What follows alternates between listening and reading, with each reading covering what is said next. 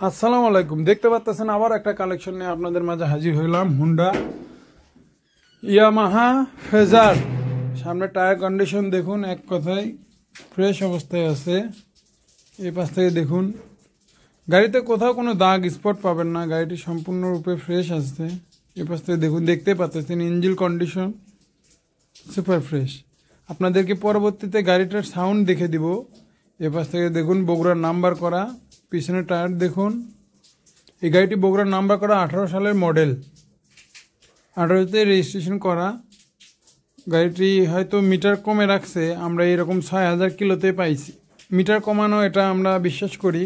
গাড়ি আমরা যে অবস্থায় পাইছি ভাই, এই অবস্থায় দেখে নিতে হবে। মিটার দেখে কখনো কোনো গাড়ি কিনা যাবে না। এবার টায়ার কন্ডিশন দেখুন, সামনে টায়ার কন্ডিশন ফ্রেশ অবস্থায় আছে। তো আপনাদেরকে আমি সাউন্ড দেখাবো গাড়ির, দেখুন।